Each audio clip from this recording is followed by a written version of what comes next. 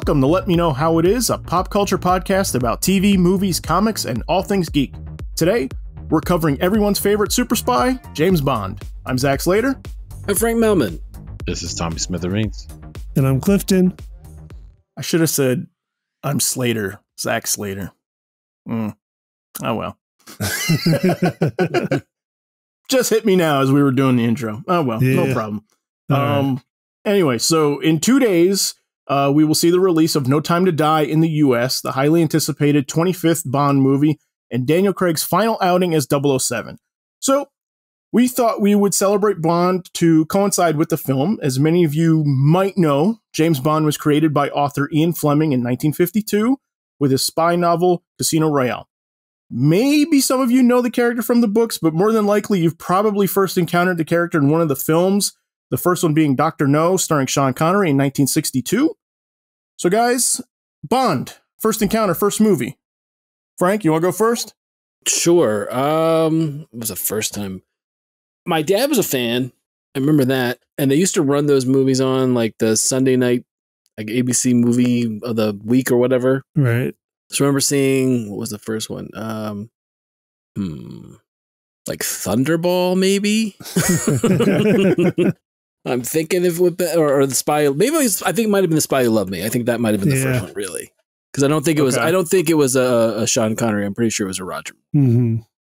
So I would have to, I'd say I'd go with that one. I'll go with The Spy Who Loved Me. Okay. It's quite possibly the same for me. Mm-hmm. I remember it being the Roger Moore ones, probably, because like those are the ones I responded to more as a kid, because they had the wackier gadgets, right? They had they had the stuff going on, and it might have been Spy Who Loved Me because of the car. I can remember the car, the underwater car. Yes. So it was probably one of Lotus? those. Yeah, the Lotus. Yeah. Was that the Lotus? Okay. Yeah, that's the one. It was that's what I'm thinking, because those are the ones I definitely would have. Like, I remember watching more as a kid were the Roger Moore ones. Okay. Tommy, what about you? Moonraker. Oh. Yeah. Okay. Also Roger Moore. Yeah, definitely.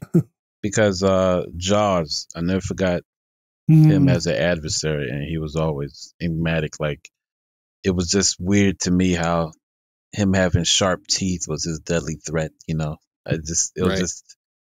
But it was just, I mean, Roger Moore was just smooth. I don't know. It was just, I don't know. Sean Connery was just weird to me at that particular time. You know, it's just, I get it when I'm older, but at the time, my first outing would be Moonraker with Roger Moore. And it was, I remember what Frank was saying too. On, I want to say ABC, they would show an abridged or, you know, elongated version with the commercials. And it wasn't like I went to movie theaters in 1979 and watched Moonraker. It was right. That it was aired on ABC probably like 5 years later, or God knows how much longer, in which, you know, I got to sit down and watch it without the, you know, heavy edit. Right. And being enamored with the space scenes and the, you know, the false space and him just stopping stuff. I thought it was cool, especially the space stuff. Yeah. Yeah. A lot of overlap here for us. That's funny. That's interesting. Didn't know about this. So mine is one of those situations where, Frank, like you said, like my dad was into Bond. Right. You know, and I don't really recall like how I like first learned of the character. It's just one of those things like I just knew about it. Right? Like, you know what I mean? It might have been like a Muppet Babies episode, quite frankly. Okay. You know, that might have been, it might have been one of those things where like I've seen it spoofed a million times before I actually watched it. Right. Little baby Kermit in a tuxedo. Yeah. So probably something. I don't know if that's a thing, but I can picture it. It sounds like it would have been. Yeah, it should have been if it wasn't. Right. I can picture it. I sure can picture it. But, I was way into James Bond Jr. as a kid whenever that came out. Like I want to say like 91. Right. And that's sort of like where it started. I was really, really into that show. I loved the gadgets in that show and the bad guys. And kind of an interesting in that thing of that show was like, you know, Bond never showed up, but there was like one episode I remember where you're following in the footsteps of him. Like Junior ends up, who's his nephew. Right. Junior ends up like on an island that Bond was like there also, like very recently. And so it's teased like, are you going to see him? Right? Like, is this going to be the episode where he guest stars? But he never did. But so that was where I first started getting into it, and like, bought the toys. Wanted the Rocket Watch toy that they had, never got it. But so that'll take me to The Spy Who Loved Me, because that's when like TBS would do like, like the 21 Days of Bond, right, and stuff like that. And they would show like all the movies, and The Spy Who Loved Me was always the one I was seeking out, because that was the first one where Jaws was in it. Okay. And Jaws was my favorite bad guy as a kid. How many did he appear in? Do you know? He's in 2. So he's in Spy Who Loved Me and Moonraker. Okay. Yeah. Because he kind of gets to, spoiler, he gets a moment of like, it's being a henchman or whatever is not all it's cracked up to be. And then right. I guess I don't know if he retires at the end of Moonraker or not. So yeah. That was the one, same thing, like exact same thought of, Tommy and Clifton, where you got like, I responded to Roger Moore as a kid, and, like Moonraker, I say to everybody, when you're 9, Moonraker's awesome. It is. Right? Like it's the best great. one. Oh yeah. Yeah. I mean, it's like an 80s cartoon, but with real people. Yeah. Yeah, absolutely. Like, and the coolest sounding bad guy ever, Drax. Oh yeah. man, it's the best. Yeah. Yes. So that's all of our origins. So like, what do you guys like about the character, the series? Like what do you respond to? I mean, it always seems like the world's on the brink. Right. Which is which is always a cool thing. I mean, it's not, not that I don't think, spies and spycraft is important. Obviously it is, but it's one of the things where every time, if you're calling James Bond, the world's probably at stake. So it's always, the scope of those things are always huge. The gadgets are always cool. Right. Locales, set pieces, that kind of stuff. Yeah. It's one of those things for me where like there's a language to a Bond movie, which I think is really, really cool. Like it's one of the few things where I like that it's formulaic, right? I think that there's something kind of amazing about the fact that they're able to do 25 of these, and it's been going on for almost 60 years, and they've changed really very little. Like they're like, while at the same time, like you could see their evolution and how they've changed a little bit over the years. But I like sort of that when one comes out, it's like, I like how I like being curious. How are you going to try and surprise me? And how are you going to try and make this one a fulfilling one to watch while still playing within the very, very tight parameters that is a Bond movie? Right? If that makes sense. Sure. Right. I mean, I think the main thing about that, I think, is the fact that it's just, they are very formulaic, but they also generally tend to be, I don't know, it's weird. It's kind of like an event movie that's not designed to be an event movie. It's basically designed to entertain, but at the same time, it's part of a formula and a series, if that makes sense. Yeah. For me, like, I liken it to, like, if you're a Law and Order fan, right? Like, it's like that to me, I think. Like I very, very similar vein where, like, every episode of that is follows this strict formula and that doesn't deviate really ever. And yet every episode is still somehow fulfilling to watch, even though like, you know the beats, right? Right.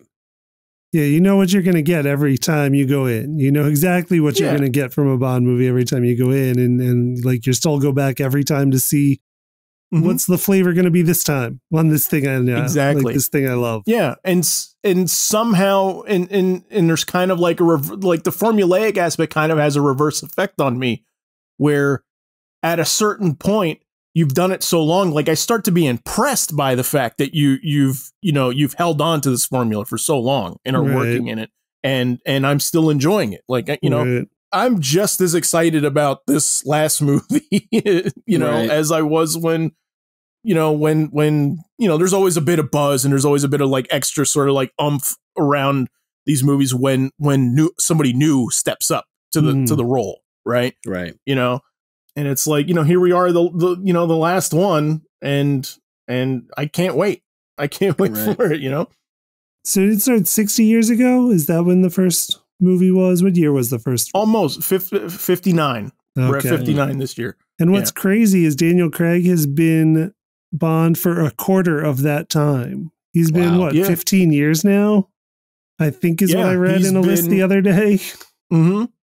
Yeah, for five movies. He's had there, because there was, and this is the funny thing too, because Clifton, I remember you and I saw Skyfall together. Right. Yep. And it's one of those where, like, I did not realize how much of a gap there was between like Spectre and this movie. Oh yeah. Because Spectre, I feel like is like right after Skyfall, even though there's a little bit of,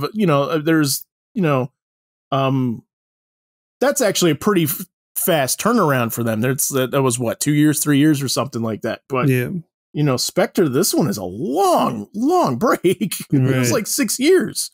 And I feel like Spectre just came out.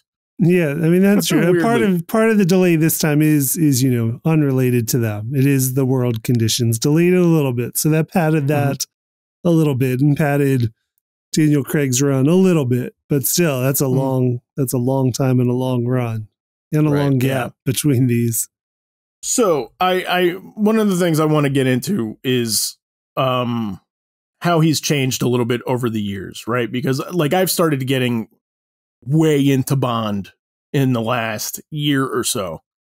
I've just watched like a bunch of them, while we were in lockdown and stuff like that. My brother has the set. I borrowed a bunch of them, and because like I had never until this year seen any of the Connery ones. So it's been kind of fun to sort of like go through the Connery ones and sort of see like where I said like the evolution comes from. We're like, like we always think about like the pre-credit sequence, the pre-credit like action sequence. Right. That's kind of like a big part. And one of the things I look the most forward to when I go to see one of these Bond movies but it's interesting to see like, that doesn't start until like Goldfinger really, which is the third movie, and it's fun just to sort of see also like, just like, oh, like this is the first time he says Bond, James Bond, which is actually the first movie. But to be perfectly honest, like, that was one of those things that I thought was a mandate. Like it's got to be in every movie. Right. And upon rewatching it, I'm like, this really isn't in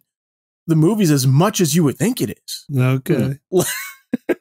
When was the first time he said shaken, not stirred?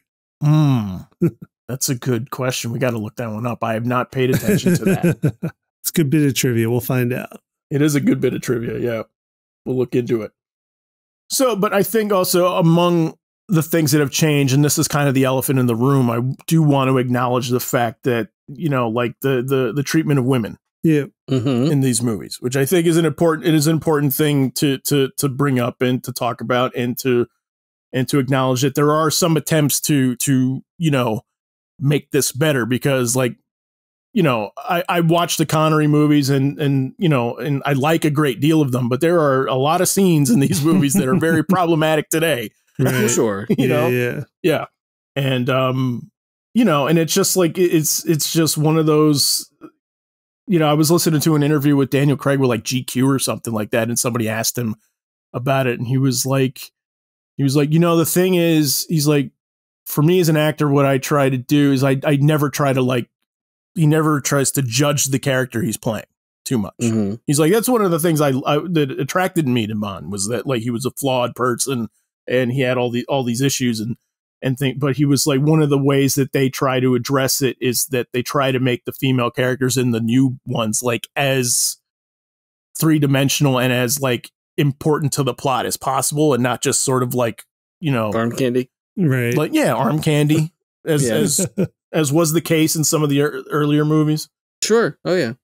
Well, I mean, that was the thing for the longest time was the idea of, well, who's the Bond girl or who's the Bond gals or girls in the movie. That was the thing for the longest time. Like that was, and it's also one of those things where a lot of times that the if I remember correctly, a lot of the Ian Fleming, like either the either short stories or the books themselves were previewed in like Playboy. Like, I think that was the thing that happened for a long time. So that was tied to that as well. That's true. Yeah. I tripped over that too.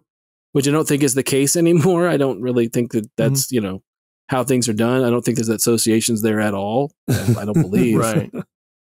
But Yeah, I think it's definitely a shift away from just being, like you said, just being kind of window dressing, and Bond does whatever he wants, and there's no, you basically had mannequins for a long time, right?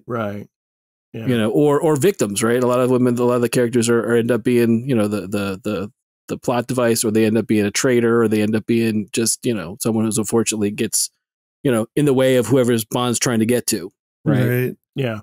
Mm-hmm. So I do feel like, did a change there happen with the Pierce Brosnan ones? Because that's when they brought in Halle Berry and Michelle Yeoh. Mm-hmm. I feel like they were trying to make them more proactive, more like on par with him, and not just, like the decoration. Well, here, I mean, Halle Berry at one point, I thought weren't they talking spinoff? Like they were going to say, oh yeah, her character is definitely a thing, and it's going to be her own set of movies. And I mean, I don't remember, but it wouldn't surprise me. I do remember that being a really big deal that she was in it. There was a lot of talk of Jinx getting her own spinoff series. Like it was kind of like, I don't quite know what happened, but yeah, I mean, Brosnan was sort of one of the attempts, I think, to sort of like modernize like the feminism aspects of it, I'll say, right? Because it's also like, that's like Judi Dench shows up for the first time as M. Yeah. That's it too. In a Brosnan movie, in GoldenEye, in his first one. Right. And I was rewatching GoldenEye just to like prep for the show a couple months ago. And one of the things that, like, her first interaction with Bond, it's like she flat out says, like, you're a sexist, you're chauvinistic, and addresses like how aggressively he comes on the women always. Right. And I just thought, I was like, watching it because I had forgotten about that moment because I hadn't seen the movie in a long time. And I'm just like, whoa, that's awesome to hear. Like in 95. Right. Well, prior to that, you have women that are sort of his equal and like sort of get the comeuppance of him or whatever. And then they end up together. And I think the only character that's consistently like, I know what you're about is Moneypenny for the longest time. Right. Right. I mean, otherwise every other woman is like, he's super suave and therefore it's a done deal. Or like I said, you have Moneypenny who's just like, oh, James, I'll flirt with you, but I know full well at the end of the day, you're you. Right. But yeah, Judi Dench, I think I had forgotten that she was that far back. So I would think, that's probably the first place you really get, a lot of like, whoa. We all love James Bond, but at the same time, it can't coexist with the way the modern sensibility the way it did in the 60s, which was the sensibility at the time. It was much a different time than than in the 90s or now. Well, and he just like and he just like at times in some of the movies just like outright forces himself onto some of the women. Sure, right. And which is obviously gross and disgusting, and I don't say sure, like, I wasn't a movie fan. I wasn't a movie fan in '62, right? So I don't know how it was. Sure. How it was played or what the thought of it was. I mean, I know watching it, like he's always like very kind of cheeky about it. I think the attempt is that it's supposed to come off as charming and playful in a way, but I'm just like, man, like that's, well, I mean, that's I think aggressive as hell. Well, I think but I also think it's one of those things for the time. And again, when I say sure that he forced himself on women, I'm not saying like, sure, like that's what the character should have done. I'm saying like, sure, like at the time, I'm sure it was part of his character that he was a take charge kind of guy in a situation that was physical with like bad guys, So therefore, why wouldn't he quote unquote be a take charge kind of guy with whatever woman was in the movie with him? I'm not approving of it or saying that it was something that should be. I'm just saying, no, I think that was the mindset of the people creating the stuff. So, right. So yeah, so some of that stuff is not aged, very very well at all. But but some of the stuff in the old ones are still hold up. Like I still hear it all the time where people are like, no one's going to be better than Connery, right? And, sure. And I'm like, yeah, I'm like, there's an at ease quality that I feel like he had that I think the other ones did not. Yeah. Right. You know? Well, I mean, in a lot of ways, he sort of, I mean, in a lot of ways, he's kind of like, I know is he technically the first or is he not the first? I always get that backwards. Was he the first one, or is Laz he's the first? He's the first like real attempt. There was like a TV movie, right? And then there's like the Peter Sellers. Where does the Peter Sellers Casino Royale fit into this? Because this is like people bring this one up all the time, and I've never seen it. I don't remember. Right. But yeah, I'm saying like just the idea of like when you basically get to define the role, it's kind of like, I mean, granted, Connery and most of the things he's just Sean. I mean, not that I'm saying he can't act. I'm just saying generally he's such a big presence and he's usually just Sean Connery.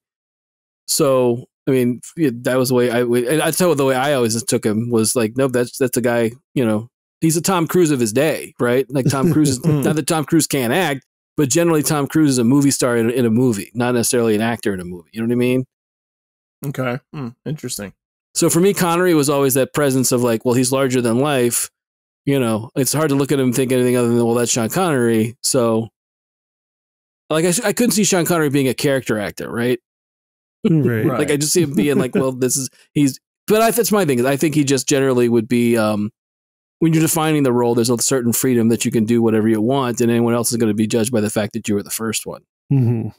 Whether it's meant to be that way or not. Yeah. I think one of the important things that doesn't get quite talked about enough, in my opinion, I think, is the first one, Dr. No, was directed by Terrence Young. And apparently, to me, I feel like doesn't get enough of the credit for being an important influence to the character in the series, right?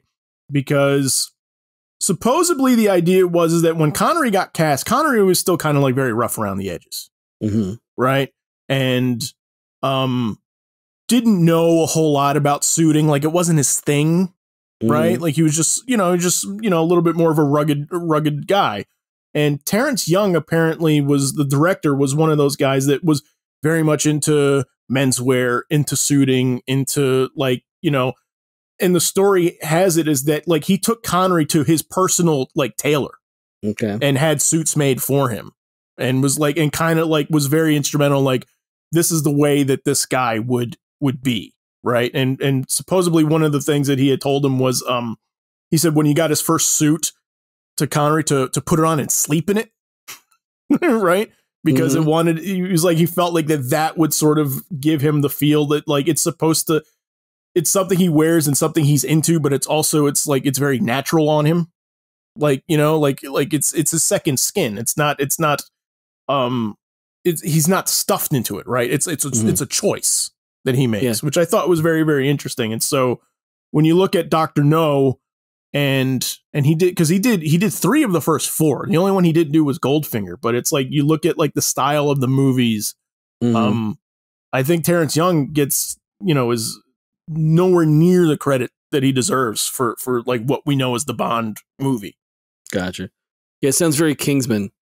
A little bit of taking him to go get his suit. Yeah. Sure. Yeah. Right. No, you're right. It does. that he's very, that Sean Connery is eggsy. Right. going to get a suit with his director because he's too rough around the edges to know what to do. So no, I agree. Right. That's cool. Just I never knew that. Him up. Yeah. Yeah. He sees his potential, sees that he could be this, this guy or this character or whatever. Yeah. No, I never knew that. That's really cool. That the idea that you're probably right, that he deserves a lot of, for what we think of as being Bond. Frank, have you read the novels? I've read some of them. Again, it's around the time of when I remember when I first, watched a couple Bond movies, like I said, like on ABC, the Tommy was saying when they're cut up and suddenly they're 3 hours long, right? Because of commercials. It's your whole Sunday night. Yeah, exactly. It's like you're locked in. But I remember reading a few of the novels. I've read some of them, but I haven't read like the whole thing. Okay. But I remember I picked and choose around to see what to see if things were different or see and then some of the ones that were just like they're Bond stuff, but it's not written by Ian Fleming. So it's like the further adventures of James Bond kind of stuff. Yeah, I remember seeing some of those like in the 80s, 90s. John Gardner wrote one. They've started some comics too, I know, in the last 7 years or so. Which, I've only looked at like preview pages of it and stuff like that. I haven't really picked any of those up, but it's cool. It's cool that, he's moving into other areas. I'm curious how the formula would work in comics. Well, Marvel did, you know, like Marvel did do an adaptation in the 80s of Fear Eyes Only. Oh, really? Interesting. Yeah, they've done it. I mean, it's been around other places, but it's one of those things where, as far as I know, I remember reading, I want to say Don McGregor, who's known for a lot of what the Black Panther movie was basically, his stuff was based on, like with Killmonger and everything. I thought I remember he either tweeted something or posted something about how he wrote some Bond comics, and a lot of like Rami Malek's character in No Time to Die is based on what he did. So it's one of those things where a lot of those comics, I'm sure there's probably a more recent collection of them. I just don't know for sure when they came out. But the look of his character is definitely the look of the villain that Don McGregor creates for this comic. So okay, we'll have to look into that and see what that's about. Yeah, post in the notes. So he's had a fair presence. Like the other one was, I know that Warren Ellis had done some Bond comics within the last 5 to 10 years. Also, that was the other one that I know there was a little bit of buzz around as well. That's the one that I was thinking about. You know, which again, like I said, I only taking a look at some of the preview pages, which they are cool. I just not gotten around to you know, giving it really like the attention I think it deserves. But I am curious to see just sort of like the like I said, the shift in medium. How are you going to take? Because I mean, to me, no disrespect to you know, the late Ian Fleming or anything, but Bond is movies to me. You know, like you know, I don't know that I've ever seen a Bond book in my life. Okay, you know what I mean? Like, sure, they exist. So yeah, no, I know, I know, and I don't mean to be that crass about it. You know, because you know, it's this he created this wonderful thing that you know he himself. You know, he was a spy himself, which, you know, after he created Chitty Chitty Bang Bang. Right. Because I tripped over that today too. Yeah. Ian Fleming did create Chitty Chitty Bang Bang. That is true. Wow. Yep. Very different. Yeah, a little bit. But they do probably both have flying cars. Has there been a James Bond car that flies? Probably. But Frank, you brought up the fact that some of the books, you know, at least short stories or excerpts of them appeared in Playboy, which I'd never known. I tripped over that when we were researching this. The other thing I tripped over was apparently JFK was a big fan of the books. Yeah, he was, and talked about it like pretty openly that he was a big fan of the books. And I believe that when that was reported, somehow that became public, and that was like one of the first moments where like the book series started to do like really, really well financially on its own before any of the movies even came out, you know, and then, you know, Dr. No comes out, you know, the film, and then it's this massive hit, and then, you know, we're off to the races. Right.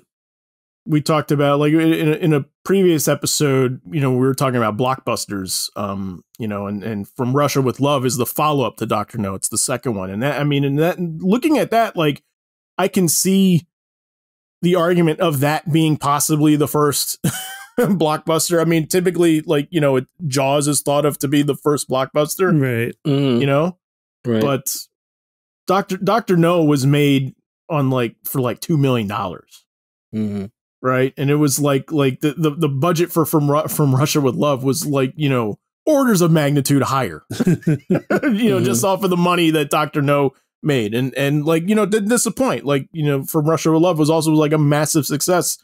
You know, made something like 78 million in the box office then, you know, and which I think is an important thing. That was one of the things I was very sure to include in the opening of the show, to say that No Time to Die was coming out in the US, because it's one of those things, like Bond movies is one of the things that typically opens in the UK first. Right. And like they're big here, but they're massive in the UK. Yeah, they were getting the release first there, right? For this one. Yeah.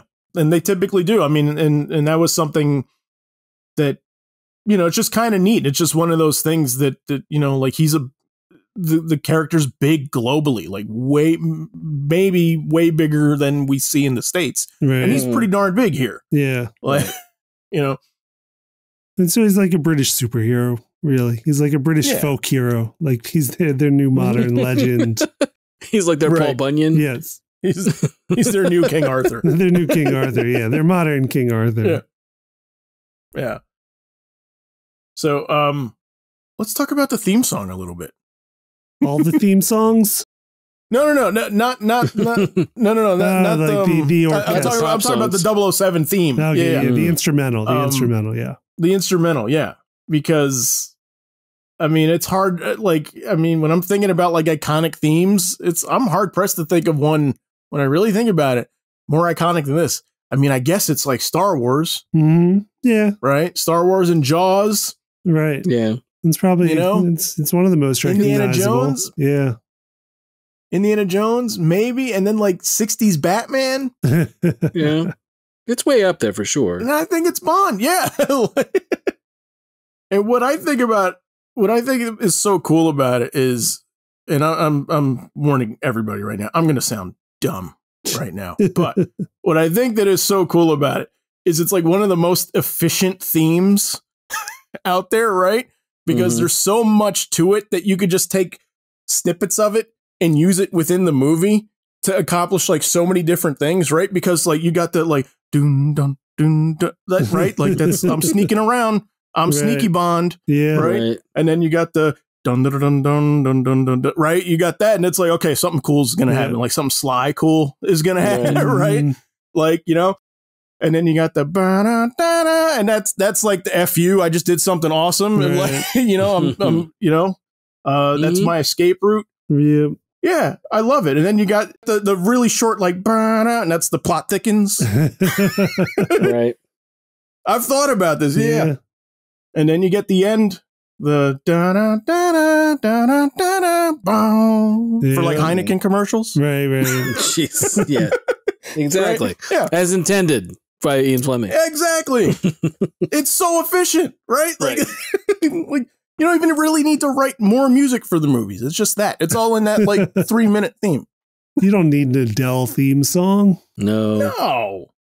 Sorry, I had to do that or my head was going to explode. I had to get that out. I did look at Monty Norman is the man who composed the James Bond theme. Hey, Monty. Good old Monty. Just have to look that up. English singer and film composer. There you go. Okay. No, it's a terrific theme. I wonder if they keep getting them checks every time it plays. Hopefully they do. Everywhere. Yes. Because I do remember, like, at the Oscars and stuff, whenever the actor who played Bond came out, that's the theme that the orchestra plays. Yeah. Without fail, to this day. Yeah. I'm sure, too, like, anytime he pops up on, like, Fallon, right? Like Probably. I don't know. Yeah. And it is interesting because it does really have a 60s aesthetic. It does have a 60s style to the song. It's like a touch surf rock. Yeah, a little bit. Just a touch. But, like, they've never had to change it. Like, it still holds up. Like, they've never had to modernize adapt it. I'm sure maybe some of the movies have, tried to add like electric, like a little more 80s electric guitar or something. I don't remember the Timothy Dalton ones, but they really like it's still like just as good now as it was when he first composed it. Yeah, definitely. I think that the difference that I can hear now is it definitely feels more orchestral, like more big band, right? Like, you know, it sounds like that it's like 70 pieces right now than when it was first recorded. Like more horns than it originally had. Yeah. Just a little bit more like, you know, like texture to it sounding that way. But yeah, I mean, it's changed not at all, really. Right. But the other thing that I think is kind of an important thing to the formula, and that's not a plot driven thing necessarily, although it could be, I suppose, but one of the things that I think is kind of fun about it is the product placement. Right. I mean, like product placement for a lot of things none of us could ever afford. Right. Sure. Exactly. But, I'm into men's style myself, and, I follow a lot of, channels on YouTube that talk about it. And like a Bond movie is a big deal, like in that world. Like everybody's just sort of like waiting to comment on like the fashion in it and the suits and what is he wearing in it and what's the Omega watch that he has in this one. Is it like the Super Bowl? They're waiting for the Bond movie. Yes. Like there's a website I'm going to shout out right now. It's called bondsuits.com. Oh, okay. It is a fantastic site. If you ever are watching a Bond movie and you want to know like what he's wearing for a specific outfit in a specific scene, Okay. Go to bondsuits.com because like you could look it up by actor, you could look it up by movie, and they have all these different things. I mean, like literally, I mean, they break it down so much, you know, to little details. Like I learned what a cocktail cuff is from this site. You want to know what a cocktail cuff is? Sure. No, you don't. But anyway, I'm going to tell you anyway. Cocktail cuffs is the shirt cuffs that Connery wore in the first movie in Dr. No, right? And it looks a little bit like, it doesn't look like if you're looking at your shirt cuff where it's, you know, it's buttoned up or you got cufflinks, right? If it's a French cuff shirt. Cocktail cuffs look almost like the cuff is sort of like rolled back a little bit, like almost like you're rolling your sleeves up. And it's this really, really cool look. And they have like all these like all these blogs on just like the cuff on the cocktail cuff, right? Because it's like this thing that like once you know what it is, like it starts popping up and you start noticing and you're like, oh, he's wearing it in this movie. He's wearing it in this movie. The reason I'm bringing it up is because in looking at stills for No Time to Die, Daniel Craig's wearing them in this movie. And I think it's like the first time that he's worn them in any of the movies. I think. Better alert the media. I'd have to go back and look, but that's kind of one of the interesting things about it, about the Craig movies for me, talking about the fashion, is that like you are kind of getting into a point where the movies are starting to homage themselves. Right. And I'll give you an example of what I'm talking about. Do you guys remember the poster to Spectre when it came out? And that was when you had Daniel Craig like in the black turtleneck with the gun holsters. Oh, right. Yeah. Right. Yeah. And I mean, like that's straight out of, I mean, that's Roger Moore in Live and Let Die. Like he wore exactly that, you know? And I just think that it's kind of neat that, you know, you pick up on that sort of thing when you're on this site. Sometimes you're like, this is the first time you wore polo, you know, since this movie. And like in the time he does it in Casino Royale, it's kind of a nod to the time they did it, that Connery did it in Thunderball. Like, I'm like, oh, that's neat. So you just kind of like pick up if you're a Bond fan on it. So, you know, so some of you guys out there will think this is cool and, you know, and for those that don't, I apologize for ranting on about shirt cuffs. But now you know what a cocktail cuff is, everybody. So take that with you. Yeah. I mean, and the other thing about the product placement that, you know, we talked about the Lotus and what was that? Spy Who Loved Me? Is that what we said? Yes. The one that went underwater. But I mean, that's another big one too. It's like, you know, when BMW came on board for the Brosnan ones, that was a big deal. Yeah. You know, and it was that for a little while until Die Another Day comes along, and which is when we get like the Aston Martin back. Right, which is how I remembered it. But then rewatching GoldenEye, I'm like, oh, he drives the old Aston Martin in the beginning. But yeah, but I mean, like the BMW is the featured one. I just think that it's kind of a neat thing to just like what's gonna be unveiled in these movies. You know, do we know what the current car is for No Time to Die? So I know he's driving the Aston Martin. What is that? The DB3. Okay. Which is like the one from Goldfinger that we see, right? And that pops back up in Skyfall. Okay. And I think at the end of Spectre, you see him pick that one back up. And that one's in the trailers and everything. I don't know what the new one is for this movie. You know, I know the henchmen are driving a lot of like Land Rovers, it looks like. You know, I see a lot of Land Rovers flipping down hills. In one of the trailers. Yeah, they don't get as cool cars. No. Well, they're not James Bond. Right. Well, exactly. Right. Right. It was funny in that interview with GQ that I was listening to Daniel Craig, and somebody asked him like, what's his favorite car? And then he's like, you know, that one from Goldfinger is awesome. He's like, the new Aston Martins are great too, because they don't break down as often. You know, but he's like, there's nothing like driving that old one around when it's working. His chase scenes. Movie magic. His chase scenes don't work out all that well, I guess, in real life. Right. Yeah. Calling AAA. Just waiting on the side of the road. But they look great on film. They do. Oh boy, do they. All right. So I know it's a little early. I typically, you know, save this towards, you know, the end of the show, but we're going to end sort of like on our lists, on our favorites. We're going to do a whole bunch of these, you know, like favorite movie, favorite card, yada, yada, stuff like that. So, but first, If you like the show, you can check out all of our episodes on YouTube and letmeknowhowitis.com.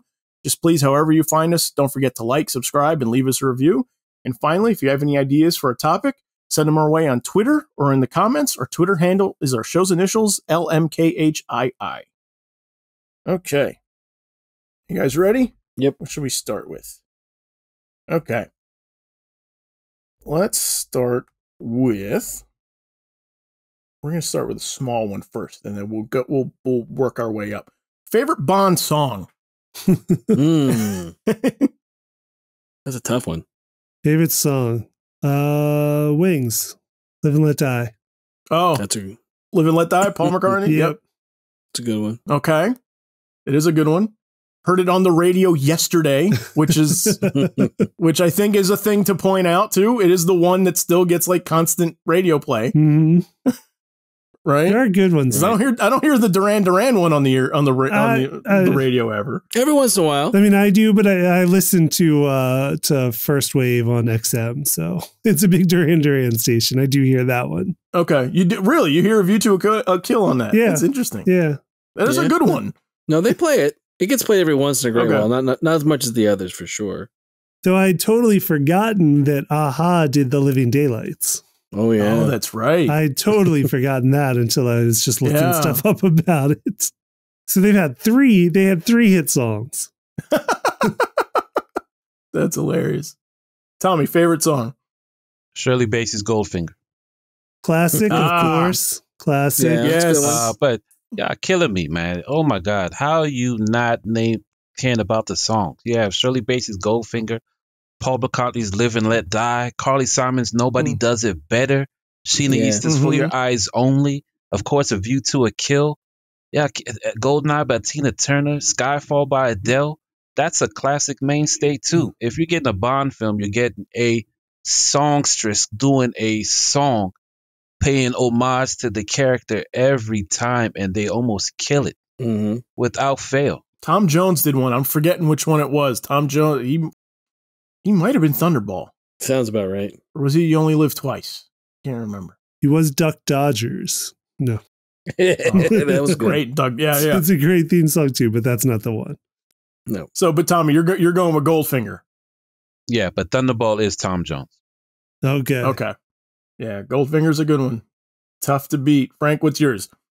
For Your Eyes Only by Sheena Easton. Okay. I love that one. I'm also partial to a more recent one, which is The World Is Not Enough by Garbage. Okay. I think that one. It's a good one too. I forgot about that one too. I think that one's great. But like all time, I would have to go with For Your Eyes Only. Okay. Yeah. The one that's on my iPod that I listen to the most is the Chris Cornell one from Casino Royale. I love it. I absolutely love it. But I got to give it to Tina Turner on this one. I got to go with Goldeneye. Really? I love the Goldeneye one. I think it's so good. Okay. I actually don't remember that song. I don't either. That was why I was like, really? I couldn't, if I had to sing it to save my life, I couldn't hum any of it. Oh, really? I'll check it out. I'll definitely check it out. We'll put some of those up, some of the the YouTube clips of the the whacked out weird psychedelic like opening credits with the song. I mean, I'm looking at a list and there's others like Tommy covered the good ones. Tommy covered the great ones. Yes. But then there's others like Jack White and Alicia Keys, Another Way to Die. I don't remember. No, not at all. I saw that too. I was like, they were Quantum of Solace. That's why I don't remember. That explains it. They were, I believe, Amy Winehouse was supposed to do it originally. And I think maybe even recorded a track, but for whatever reason, they ended up, seeking out Jack White and Alicia Keys to do it. Okay. Yeah. But no, the Sheryl Crow one's not bad, Clifton. Okay. I don't remember. I just don't remember it. The World Is Not Enough? Tomorrow Never Dies. Tomorrow Never Dies. Yeah. Okay, yeah. Yeah, The World Is Not Enough is garbage. Okay, yeah. Yeah. No, Sheryl Crow one is a good one too. I like it. Yeah. I like it. You know what? This wasn't on my list, but I'm curious. I'll throw it out there.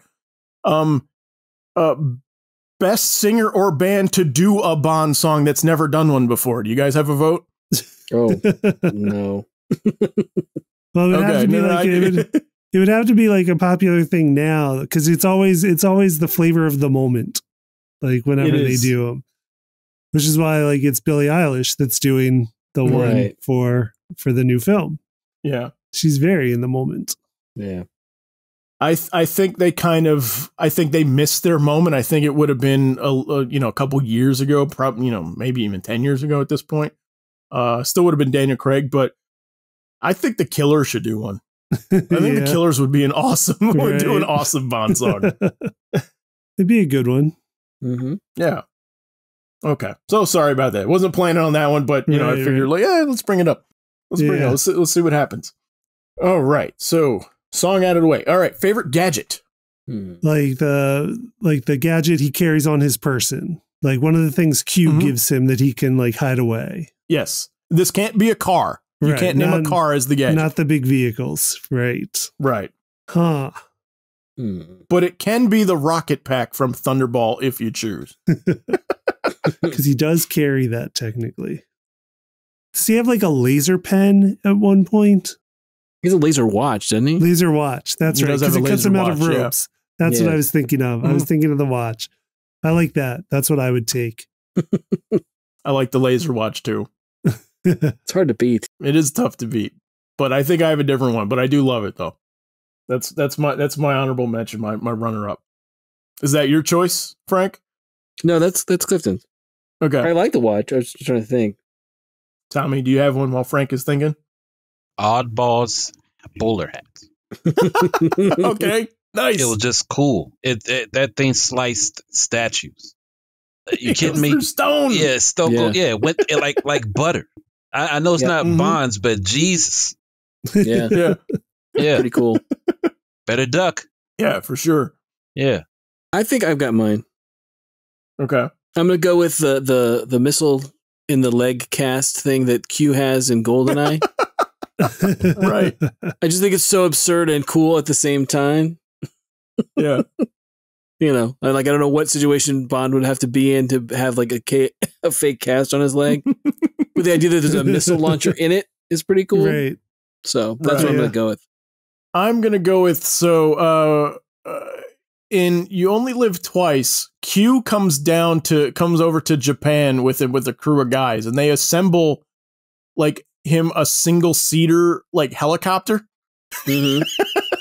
complete with like missiles and some machine guns. And it's like you remember like the old like Bill Finger, like Bob Kane Batman ones where you see him like in like basically a helicopter that's a reclining chair only. Oh sure, yeah. Right, with like bars. It's like that. It's like like a whirly bat, right? Yeah. That one's my favorite one because it's like it was absurd, but it's so much fun. And then they had a dogfight sequence. All right. Tommy, you brought up Oddjob. Let's go with best villain. Oh, Ort Goldfinger. He's the quintessential villain. He's tough to beat too. Any reason? Yeah, man. No, he's just the archetype. You've seen him all the time in parodies, menacingly. I mean, hell, he shouldn't have beat him. He got away several times. But he was the one that he couldn't catch. He was the one that was reappearing. All the rest of them are villain of the week, but Goldfinger's the one to escape from, or he's the son of a bitch that never quit trying to destroy the world, man. Or Goldfinger. Plus, that's a cool theme song. Yes, very much. All right, Frank Clifton. I mean, I always go with I don't remember the villains as much as I remember their henchmen, like Jaws and Oddjob. Those are the ones I gravitate to. So I'll go with Jaws. I like Jaws. I'll go with them. Even more so than like Blofeld or some of the others. It's just more memorable to me. Yeah. Frank? I'm going to go with Hugo Drax. Ooh. Okay. Yeah. I'm going to go with Hugo Drax because when I think about Hugo Drax, I mix him up with was it Maximilian Schell, who was in Black Hole? Okay. In my mind, those two kind of like are the same character to me. I don't know why that is, but but yeah, I like it's Drax is it's a hard to beat a name for a villain, and I remember again when I'm watching those ABC movies, like yep, that's the guy, that's the villain for sure. So Mm-hmm. Yeah, this is a tough one because, yeah, I was including the henchman in for all this too. So if you want to say Batista as, I forget his name, what was it, Hinks or something like that from Spectre. Right. Those guys stand out a little bit more. Jaws might be my favorite. I think I'm going to go with Jaws, but I do want to give some love to Javier Bardem in Skyfall, because Silva was like one of the ones that I think I remember his deal. Like, like kind of like Goldfinger in that way. We're like Goldfinger, I remember the plot. Right. Also, but Silva, I remember the plot of Skyfall because of him, I think. And I just think that he was just such a charismatic bad guy, and it felt like a stepping up in oh wow, okay, we're going for marquee name bad guys now, you know what I mean? Which hadn't been a thing in a while, right? And one I can think of again is GoldenEye, Xenia on a top. Yeah, sure. Yeah. Is like a femme fatale, it bridges that femme fatale to villain, because she is menacing and she is dangerous, and it was interesting at the time. Right. Yeah. Famke Janssen was her. Oh, if that's the case, then I'll go with Mayday. If that's the case. Yep. Oh yeah. Yeah. Yeah. All right. Let's do best car. That's easy. Oh, I didn't care. Okay. I wasn't a gearhead. The underwater car, the Aston Martin, right? That was a Lotus. No, is the Lotus? That's the Lotus. Okay, the Lotus then. Mm-hmm. All right, then I'll go with that one. Mm. That's my choice. I mean, that's what you're going to steal from me, but you can have the same favorite car. Yeah, that's true. It is. That's of course one. There's also the what was he flying? There's an Aston Martin V8 in Living Daylights, which is one of the Timothy Dalton ones that I like. He takes it in the snow. Yep, that is a nice car. Yeah, coming back in this movie, the V8 Vantage. Yeah, which I think is really cool. I'm like, oh wow, the V8's getting some love in this movie. I guess enough time had passed where people are looking back at that car going that thing was really nice looking. Yeah. Yeah. I mean, I liked it. I liked that one a lot when I was a kid too. I was like, I want to drive that car. Tommy, what's yours? Oh, I didn't care. I wasn't a big car person.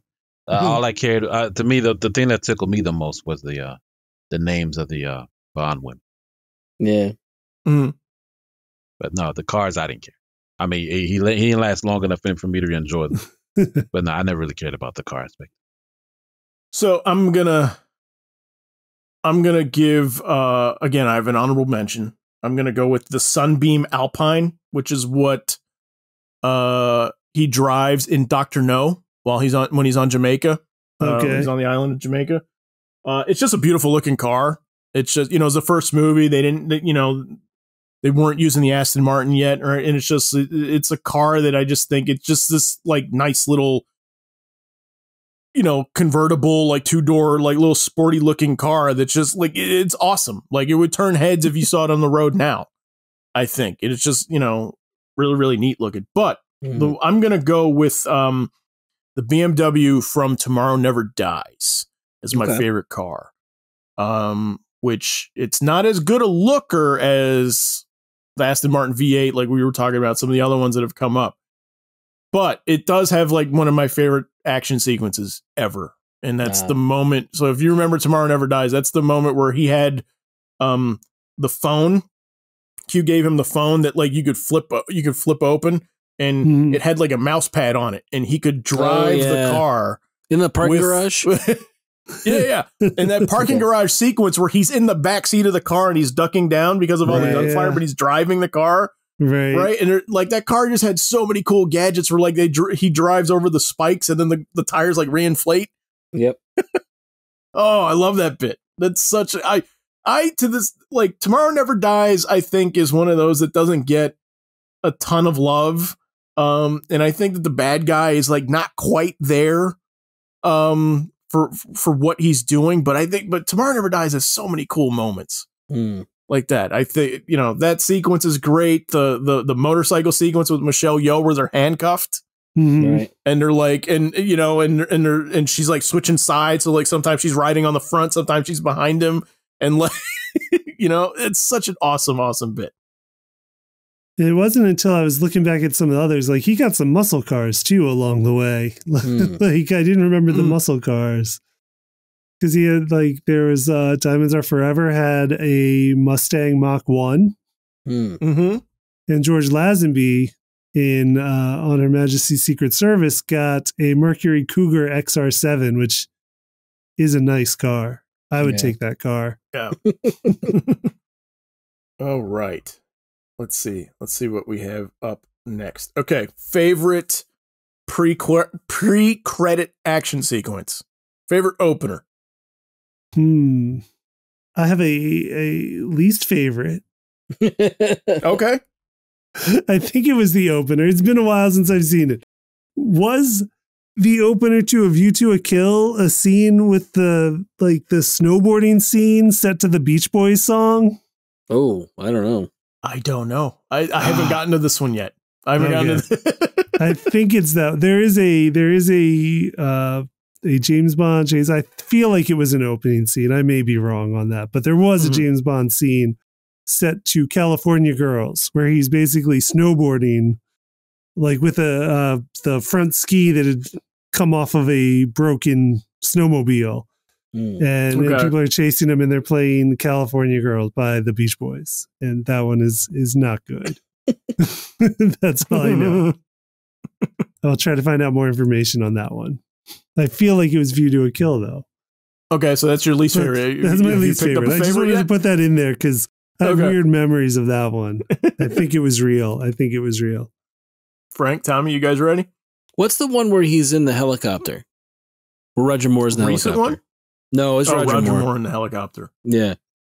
Is it Spy Who Loved Me as well? Does it end with him in the like Union Jack parachute? Union Jack parachute? No. This one is the one where he gets on the helicopter, like the pilot gets killed by remote, and then Bond has to figure a way to take control of the helicopter.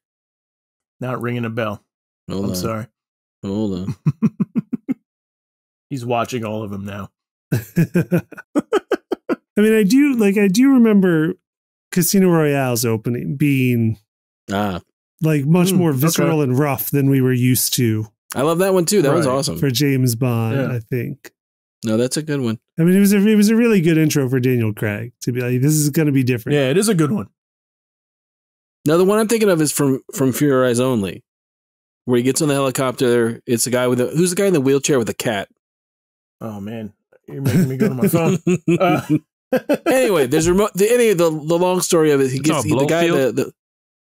I believe so. Yeah, the pilot gets killed by remote, gets like shocked or whatever. Bond has to find a way to go out and take control of the helicopter, and then in the end, the great bit is he scoops him up off this roof while he's like this motorized wheelchair is trying to get away from the helicopter, and Bond just scoops him up and then dumps him in the smokestack. That was Blofeld in that one. He was still that late. Dies. Wow. He kills him at the beginning of the movie. Interesting. Yeah. I gotta get into some of the Roger Moore ones again because I haven't rewatched a lot of those since I was a kid. Because it's kind of a north by northwest shot of him like over the like the wheel of, if I remember correctly, the wheel of the wheelchair trying to get away from this helicopter. It's like nope, Bond's gonna scoop you up and dump you in a smokestack. So okay, Tommy, did you go? No, I was gonna say Skyfall. Okay, the one where he gets shot. Motorcycle chase. Nice. Onto the roof of a moving train where he really should have died. Mm-hmm. The one where Money Penny's trying to shoot afar with a sniper rifle. That one. Mm-hmm. When she hits Bond. I just thought it was cool the fact that he got hit as opposed to the person that it was supposed to. It shows him as being a little bit more fallible than usual. Mm-hmm. So Skyfall. I'm gonna go with GoldenEye. Mm-hmm. I like to open the GoldenEye a lot. One, because it was an awesome level to play in the N64 GoldenEye game. So, so if anybody out there was just like waiting for when that was going to come up, and just like, when are they going to talk later? There we go. We had to bring it up somewhere. Yeah, I was waiting for it. That was a fantastic game. It was such a fun game. But yeah, that was That was a fun level to play, but it's just a fun sequence, I think, with so much. And it is one of those also where it is like integral to the plot too, instead of just being kind of like, the last chapter of an adventure that we didn't see. Right. This one is actually, it is a prologue in a lot of ways, which I think is cool. So, all right. So, we're going to get to the big ones now. So, okay. So, favorite Bond girl? There have been a lot of them. Right. Yes. I have mine. Okay. I would go with Melina. Was it Melina Havelock from Pure Eyes Only? I keep coming back to that one. I don't know why, but yes, she's one of my favorite, if not my favorite. I also thought she would have been great at the time if we had an MCU. She would have been an awesome Elektra. Okay. But yeah, she's my choice. His name is Carol Bouquet. I think is how her name. I think it's pronounced. It's spelled that way. I don't know if it's pronounced that way, but that's who I would go with. Tommy. There's 3 categories to look at. Ursula Andress, Honey Rider from Dr. No. Okay.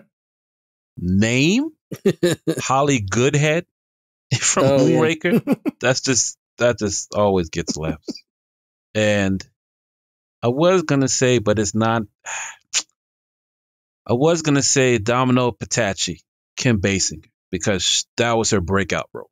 Oh yeah. We don't get her in movies the way she is, unless we get her in Never Say Never Again. But personal favorite, probably Grace Jones Mayday. Yeah. She's just menacing. She looked like she'll kick your ass. It's just that simple. Yeah, she sure did. Yeah. And that's my choice. For my choice, I'm going to go with Wai Lin, played by Michelle Yeoh in Tomorrow Never Dies. And the reason is because she can fight better than him. She kicks more ass than James Bond in that movie. So that was fun to see. Mm-hmm. Yeah. Total agreement. I like the ones that can kick ass. But I think I'm gonna go with Moneypenny from the new ones. Tommy, like you were saying, like the open of Skyfall, we're like, she's an agent. She's a field agent now. And I think it's awesome. Mm-hmm. I love that. So yeah, I'm going with Moneypenny from the Craig era. Okay. So we are gonna do what's our favorite movie, and then we will do 2 more after this. Like favorite James Bond movie of all time. Yep. Mm-hmm. That one's really hard because like there's just pieces I like of all of them. Right. Okay. I can't think of the one that has like the most pieces that I like. Casino Royale. Casino Royale. It made me care. Yeah, it brought me into the franchise again. Okay. Fun fact, that should have been a Pierce Brosnan movie. Wow. Yeah. Oh, yeah? What's the name that he did with Halle Berry was that bad that it ended it. I think that was the last one before. Or was it The World Is Not Enough? That was Die Another Day. But Die yeah, Another that was Day. the one with Halle Berry. Yeah, that one wasn't as good as it should have been. So, yes, Casino Royale. Which one was the one with Denise Richards? World Is Not Enough. Okay. Yeah. That one was not good. No. That is not my favorite. It is, yeah. It's terrible. But you remember Christmas Jones, huh? I do remember that. That's the only thing I remember. Jones. I remember in the open action sequence, there's a moment where he's driving a boat on the street. Yes. You remember that? Like in London? Mm-hmm. It happened. That's not faulty memory. I remember that specifically. Yeah, I think I blocked that one out. That part out. But I might go with Goldeneye because it's the one that brought me back into James Bond and made me look at it a little differently with the time it came out. So some Pierce Brosnan love there too. Mm-hmm.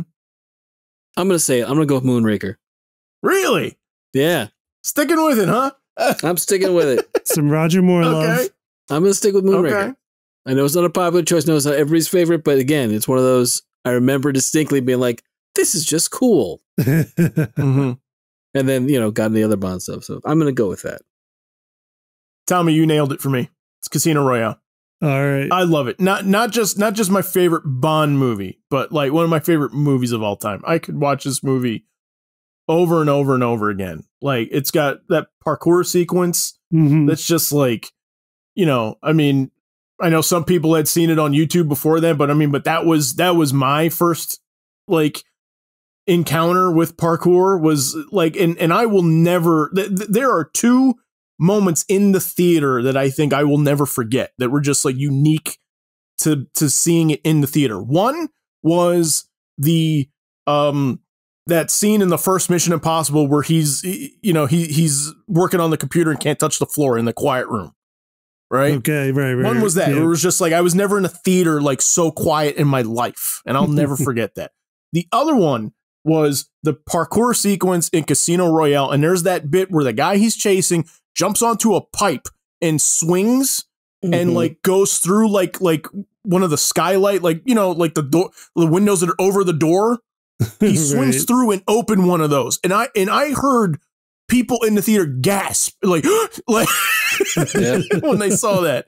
Like I was like, oh man, like that was one of the coolest feelings seeing that in the theater. And just like it was like being at a sporting event. People were into it. It was like so into that sequence. But you know, and just the fact that like one of the climaxes is a poker game and they make it interesting. Right. You know, like I love Casino Royale top to bottom. GoldenEye's a great one too. Clifton, I love that one. And I think this is another one where like I think the movies really shine like with a guy's first outing, with an actor's like first outing, where it is sort of like a reinvention of the formula again. Interestingly enough, both of those were directed by the same guy. Oh, okay. I'm blanking on the guy's name. Martin did Green Lantern also. Right. Yeah, that's what I was about to say. He did the Ryan Reynolds Green Lantern film. Yeah. Martin Campbell. Okay. There we go. Yes. Martin Campbell. Okay. All right. Favorite actor to play Bond. Who was the best Bond? I'm actually going to go with Daniel Craig. Okay. I'm going to go with the newest take. How come? I mean, part of it has to do with the stories that he was able to tell, but I mean, it's just the stories that they wanted to tell with the character during his run, like Skyfall, where we get a little more depth. We get a little more vulnerable of a James Bond who's, losing a lot of, getting a lot of stuff taken away from him.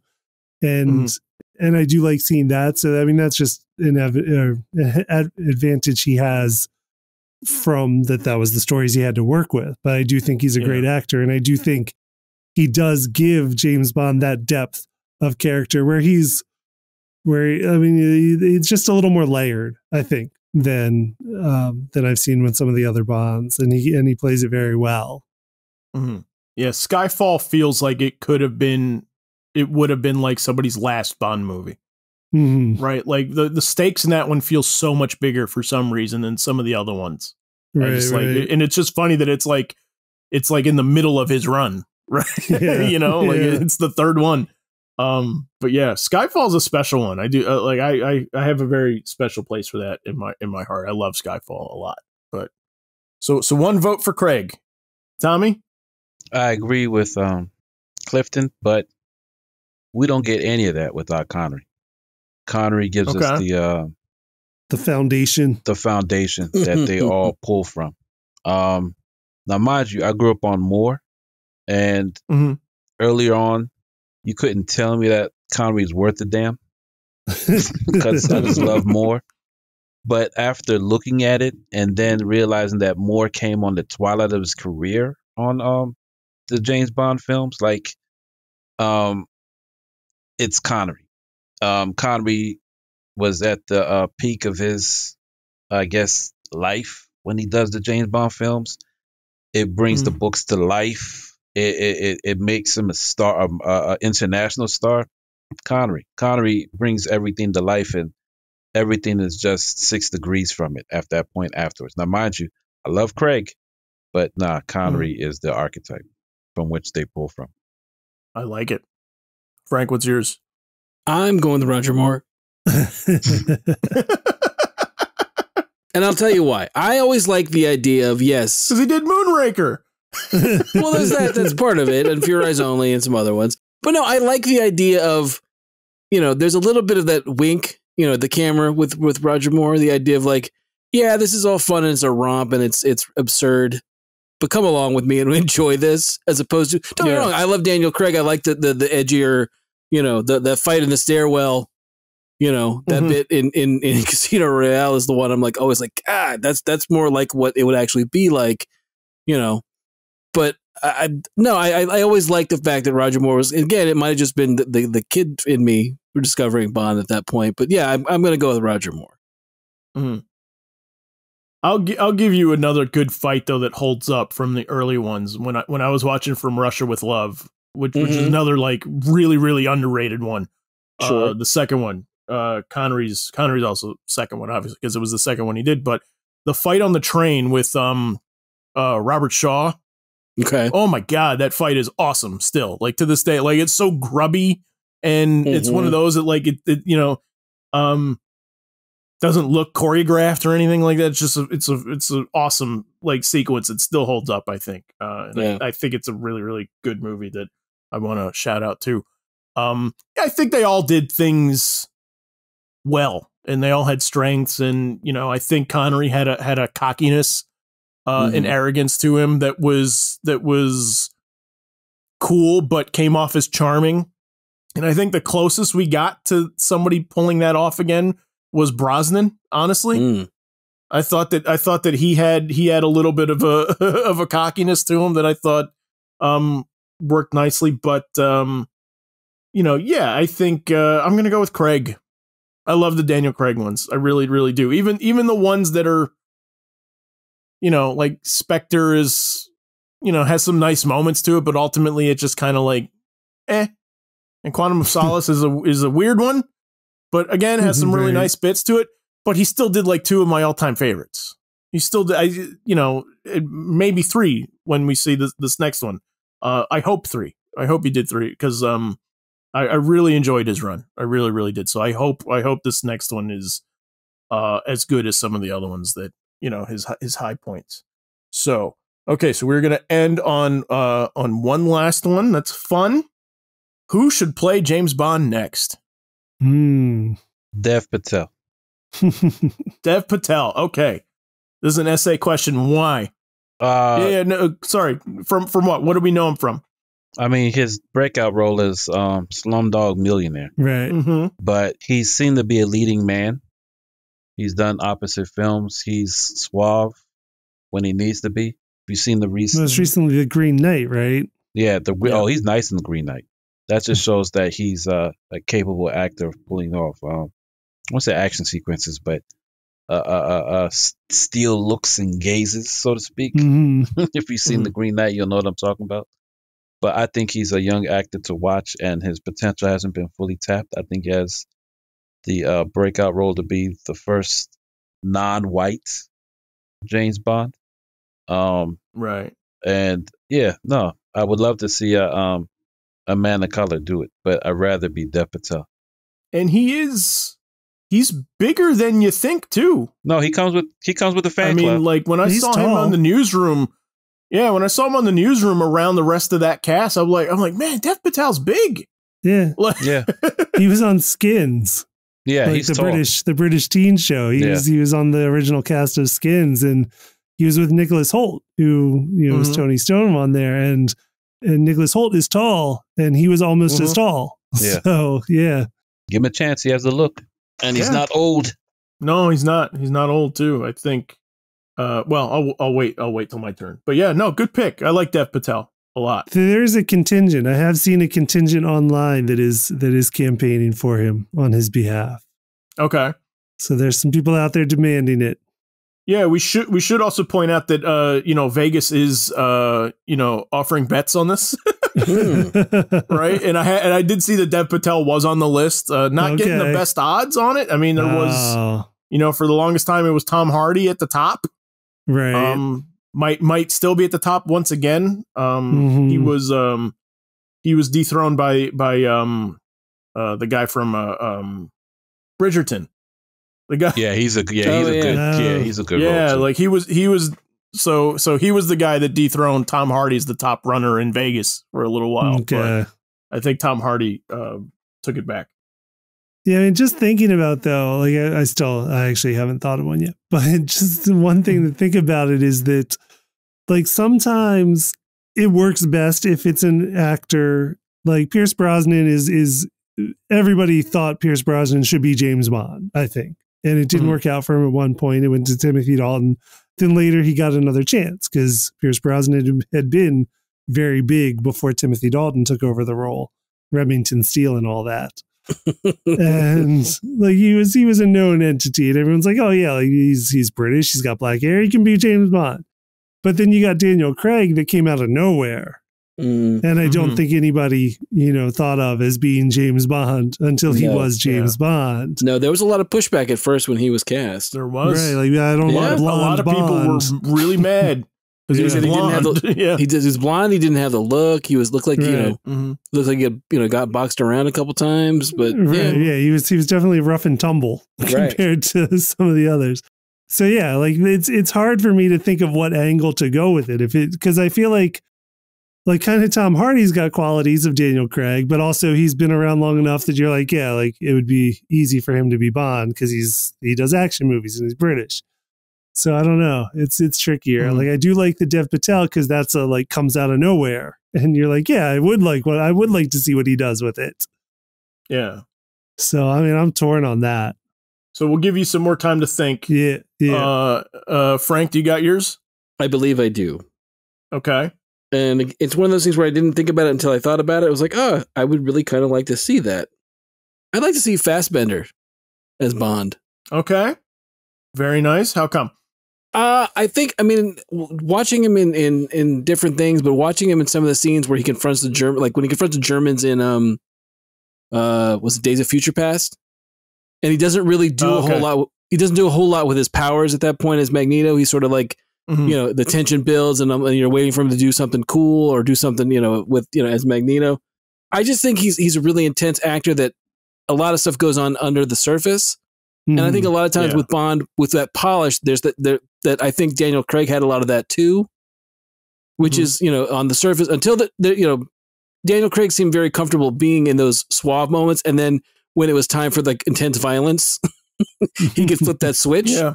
And I think Fassbender has that too. I mean, granted, it would be almost like the same. I think he does too. I think a similar thing, but I think that's my choice. I'd like to see that happen. I think you've gotten glimpses of it with Fassbender in other movies too, where like you look at him in First Class, and like he wears a suit well. Yeah, looks good, right? Like, I don't think that part he'd have any trouble with. Yeah, I don't think the polish part would work.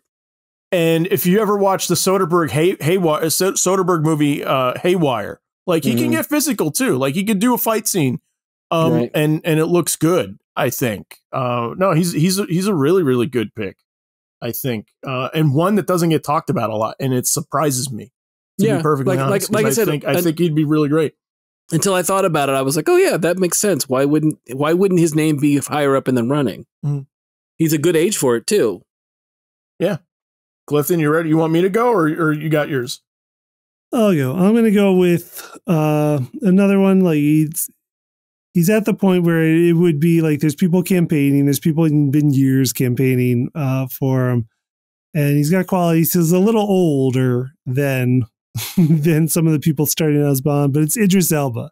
Okay, I'm like I'm going for Idris Elba on this one, and I do like it, especially after seeing the Suicide Squad. Like I think he can bring something interesting to it. He's a great one. I think there's a lot on my list. Idris Elba. I think the issue with Idris Elba and the issue with Fassbender is that I think you're not buying yourself as much time with the role because you're casting people that are similar in age to Craig, and Craig is sort of like he's getting up there, and he really honestly hasn't aged that much. He looks the same. Right. He looks exactly the same, but it is interesting to kind of, you hear Batista talk about this playing Drax and Guardians, where he's like, at a certain point, like, it gets hard to do like these no shirt scenes. Right. Sure. You know what I mean? Would these people be doing it for the next 15 years like Craig did, like Daniel Craig did? That's a good question. Exactly. And I don't know that you're getting that with Idris Elba or Fassbender. Not to poo-poo on your guys' picks, because they're both on my list also, and I think that they would be awesome. And and I actually am kind of dying to see like an old man Bond movie. Okay. Not counting Never Say Never Again, when Connery picked it back up in the 80s for a minute. But you know what I'm talking about, like kind of a No Country for Old Bond. Yeah. Right. So I have, like I said, I have a couple, but one kind of like really at it from left field. I'll go with Marwan Kenzari. He's Dutch. I know people aren't going to recognize the name, but if you saw the Guy Ritchie Aladdin movie, he plays Jafar. Okay. Right? And he's a guy like if you see him on like Pinterest and stuff like that, like, on the red carpet and stuff, like, the guy wears a suit really, really well. And I think he could do like the charming stuff. And he would just be, I think he would be awesome. I think he'd be a really, really good one from left field that really nobody really knows about.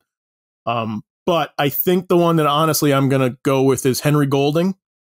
Okay, yeah. Who was Snake Eyes most recently in the Snake Eyes movie. But, when I saw those trailers for The Gentleman, another Guy Ritchie movie, which, I mean, that may be just he may be the director I most want to do one of these also. But I just think Henry Golding would just be so perfect for it. I just he looks to kind of have everything. Like, he could do the physical. He's good looking. He's young. You could probably get 12 years out of him. Right. He can be charming. And it's also like, it's evolving. It's evolving the character too. Yeah. So he's my pick. Okay. This is fun. Thanks guys for doing it. I've been wanting to do a Bond episode forever. I've been bringing it up for like a year. So, so this is really, really cool. So we want to hear from you guys. Tell us your thoughts on James Bond. Hit us up in the comments or on Twitter. As always, we'll post links and examples to everything we talk about on letmeknowhowitis.com. So please remember to like us and follow us on social media, and we will see you guys next time.